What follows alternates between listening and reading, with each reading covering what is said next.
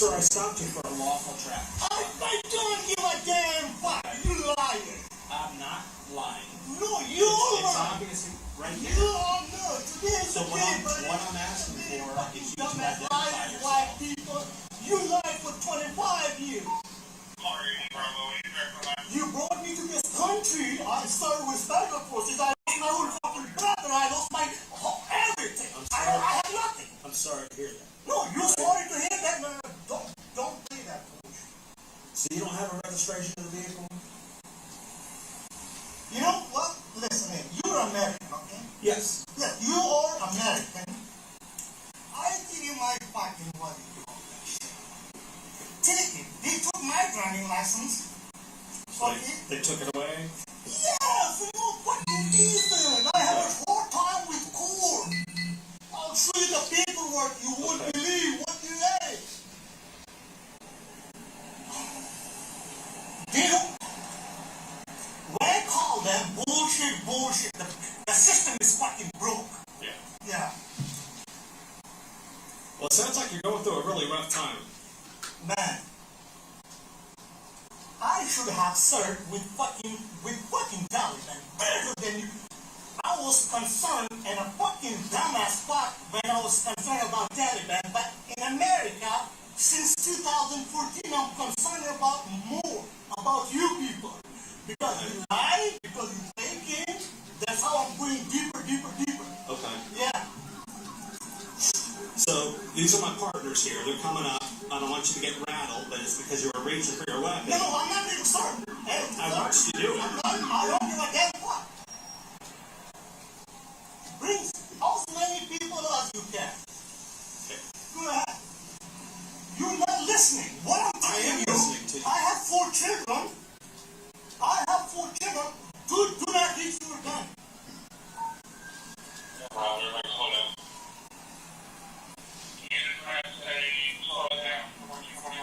Hey, so listen, American. Take it. I take this with you, okay? So now you want to No, do that? hey, don't you read it? Fuck! Hey, Hunter Bravo, shots fired. Set any up hit.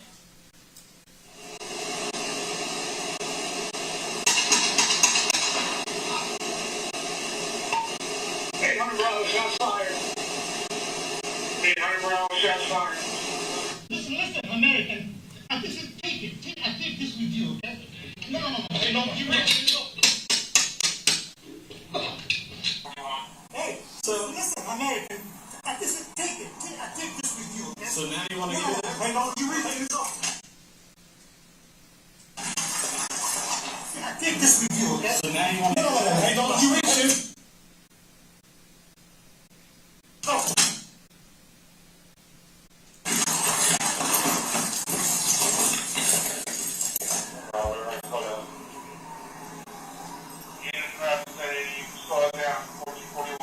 Hey, so listen, American. I take this with you, okay? Hey, don't.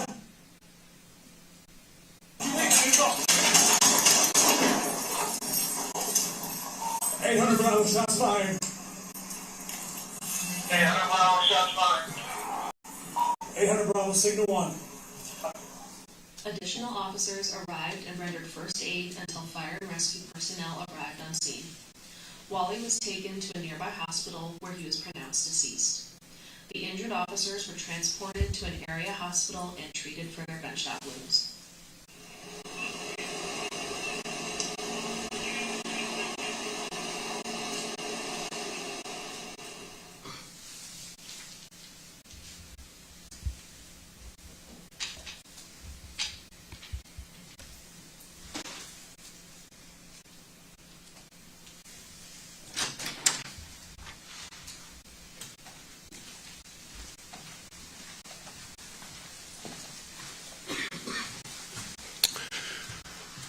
Good morning, everyone. You know, when you think about all the agencies that fall under the various umbrellas of federal, state, and local governments, no agency at any of those levels, federal, state, and local, gets the attention and the scrutiny that law enforcement gets. And that's understandably so. You know, we remain the profession that can take someone's freedom away by charging a person with a crime, and we remain the profession that can use deadly force when justified. So when we self-imposed this body camera release policy about 4 years ago, we did it because we know our community demands transparency from their local police department. So we're here we are today within the 30-day time frame. A lot of work goes into not only preparing this body-worn camera package. You also see from the video that there is what's equivalent to a GoPro that belonged to Mr. Wally in the car, that belonged to him, so we retrieved that footage as well. And then the coordination that we have to do in the meantime with the involved police officers and their families, and the coordination we have to do with Mr. Wally and his family. So a word on the loss of life. It's always regrettable when a life is lost. It is regrettable that Mr. Wally is no longer with us. You heard him articulate during the traffic stop that he has 4 kids. He, in fact, does have 4 children, and he lived nearby. He's married with 4 children, and the impact on those children is unimaginable, and they'll carry that with them the rest of their lives. So we take that very seriously. We also realize in this particular scenario that we're very fortunate that we didn't have 2 police funerals, because it was just by or thanks to, rather, some strategic thinking, actions by our police officer, who you see on the passenger side of the car. His actions, his deployment of that deadly force saved the lives of the 2 officers who were on the driver's side of the car. There's no doubt about that. Both the officers sustained gunshot wounds. I think we've described this since this occurred on April 23rd. But if we haven't, a singular bullet traveled through both extremities, both arms of both those officers. The first officer, the bullet traveled through his bicep, out the other side, and then traveled in and out of the forearm of the second officer to his immediate right. And that same bullet traveled across the street and shattered the rear window of a parked car in the Briarwood shopping center. The footage is certainly compelling, and thankfully the existence of body camera footage now puts police leadership, myself included, in a position to review it in real time and to comment on it in a way that our community now expects police departments and police leadership to comment following a critical incident. What happened? What's your assessment? They know it's preliminary. They know that the facts and circumstances can change. But what we describe at the scenes of these incidents, we'll only say things that we know are true and not subject to be changed pursuant to further investigation and information. So well, I stand ready to take any questions, comments. I can imagine what some of them are. So maybe Julie Carey, I'll go to you first. Yeah, I have a few. So how do you characterize, the first officer arrived, how do you characterize how he handled the situation? I mean, clearly he was trying to calm this guy, to de-escalate, but is there anything you would have felt he should do differently in that situation, given the fact that there was a gun there, given how aggravated he was? Well, Julie, I think the first officer did a really good job trying to talk him down. Mr. Wiley was agitated. He was toxic. He was irate. He was upset. And you just, before you hear the words, you hear the first officer's tone. And his tone was de-escalating in nature.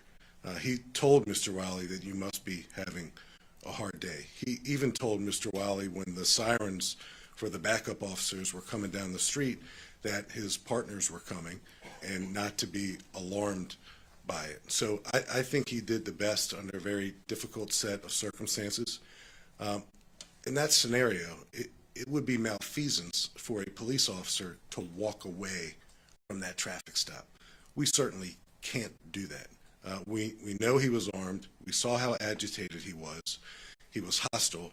And to simply allow that motorist, just because it was a tough set of circumstances and you're being screamed at and cursed at and yelled at, that's what we're paid to do. To allow that motorist to go on his way would be malfeasance on the part of a police officer here or anywhere else. If he would have turned inside the Briarwood Shopping Center in the middle of the day, a crowded shopping center with residents all over the place, he could have brought harm. So we couldn't walk away. So, what does he do? He requests a supervisor to respond to the scene. He requests backup officers, but he's certainly engaging in the meantime in what we think are de-escalating verbal behaviors to try to get Mr. Wiley to a better place. We have another piece of that I think addresses your question too. In addition to the criminal and administrative investigations that occur simultaneously following an incident like this, we also have, and we stood this up a few years ago, a performance review board. A performance review board is an internal group that looks at any tactical or training or equipment improvements that may or may not have occurred or subject to be noticeable during an incident like this, so we can get better with training, with equipment, with policy. So all those things are occurring at the same time. And assuming that's still underway. The performance review board, yes, they've already met. They'll probably meet again. But the criminal investigation regarding the lawfulness of the deployment of deadly force is underway. That will eventually go to the Commonwealth's attorney, and they'll ultimately make a decision to decline to prosecute or not. And the administrative investigation is underway as well. I couldn't see clearly in that video where the gun was originally, until the moment he picked it up. Where was it when he declared he had it, and where was it? That's a good question, and I think you'll see in the larger packages that you were sent it more clearly when you look at it again, and it's probably the first time you all have seen it. So he's wearing a gun belt, not unlike the gun belt that I'm wearing.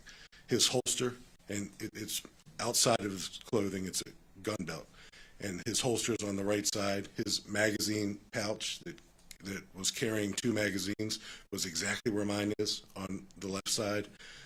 And it was visible. He was lawfully carrying a firearm. So some of the questions that we've received in the meantime was, how can he lawfully carry a firearm in Virginia if, in fact, he's been charged with crimes in the past? How, in fact, can he carry lawfully a firearm open carry, if he's had some of his criminal cases diverted to the mental health docket? How can he continue to do that? And the answer is, lawfully, he can. So Mr. Wiley was lawfully, openly carrying a firearm. He was not a convicted felon. He was not. Mike? I know in the packet it says here, like it's on April 24th, that that the 2 officers were shot by a round from Mr. Wiley. Suspect. Yeah. And you've been able to confirm that round came from that gun as opposed to the officers who were shooting through the passenger side window. Yeah, absolutely. We know that. As a matter of fact, it's forensically provable, and it's forensically, ballistically been proven that the bullet that was fired by Mr. Wiley exited his firearm and traveled through the arms of both of our police officers. The officer on the passenger side of the car, who's a relatively young police officer, and I credit really our training and the quality of our instructors in our police academy and our firearms range. He deployed deadly force in a very tactical, strategic way because he was in a crossfire type environment. But when he deployed deadly force, saving the lives of his peers, he deployed deadly force in a way that his rounds struck and only struck Mr. Wiley. And we know that ballistically, we know that forensically as well. Assuming that some of the things that Mr. Wiley was saying at the beginning are true, was he in the country as a refugee, as part of, withdrawal maybe of a government organization or the army, et cetera, that he may have been assisting them in another country? So we've been in contact with not just the U.S. Attorney for the Eastern District of Virginia, but we've been in constant contact since the day of this incident with the FBI Washington Field Office. So here's what we know about Mr. Wiley. He's been in our country lawfully since 2014. In fact, he did work with American military forces overseas prior to 2014, and I believe that's what gave him the pathway to be lawfully present in the United States. So he's been here lawfully since 2014. He's with his family now, his 4 children and his wife. The references that you'll hear him make to the Taliban are historical references. So the FBI has shared with us that there are no open, ongoing, current investigations or any insight that they have into Mr. Wiley whatsoever. But that's important to know. But his immigration status was, one of the first questions that was brought up on the day of this event, and I can say that he's lawfully present in the United States. Okay, so was he in here on a visa? Was he a citizen? I mean, had he been? Yeah, so the exact particulars of what type of documents allow him to be present lawfully in the United States, I don't have immediately available to me, but it's been shared with us by federal law enforcement that he is lawfully in the United States. And just one other thing along this line of talking, I understand there were FBI and maybe ICE people who were at the scene. Can you confirm that? At the scene of this incident? Yeah. No, they were not. I don't know where you got that, Mike. Okay. No, that's bad information. Made it up. Yeah, I hope he didn't make it I up. hope I didn't. Yeah, bad. Yeah, Must be something. Julie. Just a finer point on him, was he a translator for U.S. forces in Afghanistan, or what do you know specifically? I know he provided translation services. I know that because that's what our federal partners have shared with us. They've been very open about this. Because yes, Yeah, okay. yes, ma'am. One of the bullets, a bullet wound up in a car over at Greenbrier. Do you know which bullet that was? That was Mr. Wiley's. So if you can imagine, he's able to discharge his firearm one time and one time only. And when you watch the body camera footage again, and when you watch Mr. Wiley's own camera again, you will see that when he takes his firearm out of his holster, there is not a bullet already in the chamber. So Mr. Wiley takes the slide of that firearm and pulls it all the way back, which chambers around from the magazine into the chamber. He does that very, very quickly. There's no doubt in our minds that Mr. Wiley has been trained in the manipulation and the use of firearms at a high level. So when he takes his firearm out of his holster, he racks around, puts around from the magazine in the chamber, and he fires it. We know that he attempted to fire additional rounds, but the second round he attempted to fire, there was a malfunction in that effort. And he still, in spite of that malfunction, conducted a malfunction drill, for lack of a better description, to try to rechamber another round. And that was unsuccessful. And I believe that he would have discharged several rounds, possibly killing our police officers, if in fact the younger officer on the passenger side wasn't there to deploy deadly force. And he did that under a great amount of grace under pressure, because he could only discharge his firearm in a particular manner, or else he risks firing shots that may have injured his partners. That singular round that traveled through both the police officers' arms is the same round, the same bullet, that then traveled across the street and shattered the back windshield of a parked car. And going back to the beginning of this stop, pulling over for a safety inspection, I mean, was that because he saw one of the failure notices on the car, or what was the? He saw that the expiration. He saw that the registration sticker in the front windshield was expired. Okay. So Safety expired. Okay. yes, it was expired. So as you see that our officer, kind of make a U-turn and conduct a traffic stop, the first thing that was unusual to our officer, and you'll see this again on the body camera footage when you look at it again, is the abrupt way that Mr. Wiley pulled to the side of the road and slammed his brakes on. And from that moment on, it was clear to the officer, certainly clear to us as we reviewed the body camera footage, that Mr. Wiley was hostile, was angry, was upset. And I think you can argue that some of the steps that Mr. Wiley took and some of the things that Mr. Wiley said, he says on more than one occasion that this is the day. He tells our police officer not to put his hand on his firearm. These are all signs that there's something going on here that sends up red flag after red flag after red flag. And again, we're responsible for handling what's in front of us. And some of the anticipated questions that maybe someone will pose or not is, what about Fairfax County's world-class co-responder program? And we do have a world-class co-responder program. That scenario would not be conducive to introducing a mental health clinician. That would have been possibly another potentially deadly scenario.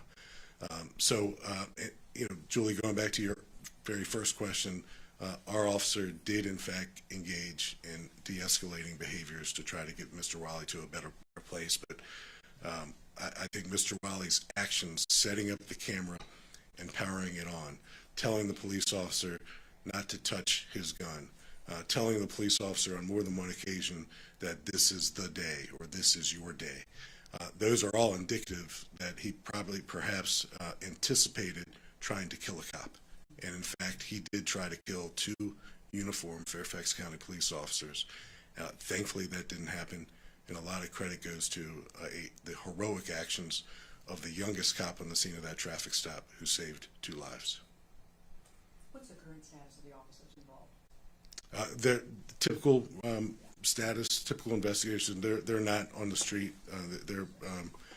They still have their full police powers, but they're not policing. What do we call it? There 2 are on injury leave, and 1 is on a reassignment at the academy. Yeah, injury leave. Yeah, they were both treated for their gunshot wounds, and they both went home that night. And the officer who discharged is temporarily assigned to the police academy, and we're working with the Commonwealth's Attorney's Office to get to a point where I anticipate we're absolutely going to have a letter declining to prosecute. Mike? I see one officer's name. So is it policy that the 2 other officers who were injured, as you wouldn't necessarily identify a victim in another? Yeah, they're victims, and I think we blurred their faces. They're victims. They have families. We've identified the officer who discharged the fatal rounds pursuant to our policy, but I want to protect these police officers who are still literally recovering from being shot. They were shot, and they've got spouses and kids and families and friends, and I don't want to draw unnecessary attention to them, so that was a discretionary call that I made. Did his family elect to see the videos? Yes, he did, and that's something we do, and sometimes the advocacy community will say, regarding our self-imposed policy to release body camera footage in 30 days, why not 5 days? Why not 24 hours? Why not 10 days? And, you have 3 police officers involved, their families, you have a squad involved, and Mr. Wiley, his family, his children, his wife. So there's a lot of work that needs to be done. And then in this case, just because of some of the statements made by Mr. Wiley, we had to work with our federal partners to ensure that we weren't going to say anything at this moment today that would jeopardize anything that could be ongoing, particularly with Mr. Wiley. And in fact, we know that nothing is ongoing with him. So that's why we're comfortable talking about him and talking about the fact that his references to terrorist organizations overseas are historical references going back minimally to 2014, and there's nothing current about it whatsoever. And last question maybe, as far as pulling over somebody, because I think viewers will wonder about pulling somebody over for an expired safety suit. Is that an everyday occurrence across the county? Is that pretty common, just as common as pulling somebody over for speeding? Absolutely. Our state legislators pass traffic laws in Virginia just like they do in every other Commonwealth or state in the country, and our police officers enforce the traffic code, the traffic laws in Virginia. And in this particular case, Mr. Wiley, and we didn't know it when we initiated the traffic stop, did not have a valid driver's license. His car was unregistered.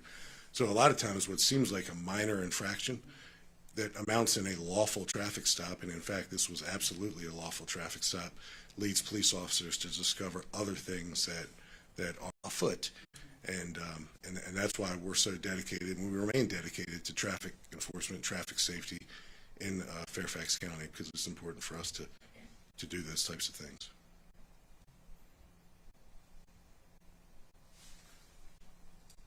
Okay, thank you all. Thank you. you all so much for coming out today. The high-resolution copy of this video is provided in your press package. If you can't, we can certainly get that to you. And we will be posting the blog and any updates on this case on our FCPD blog and all of our socials at Fairfax County PD. Thank you.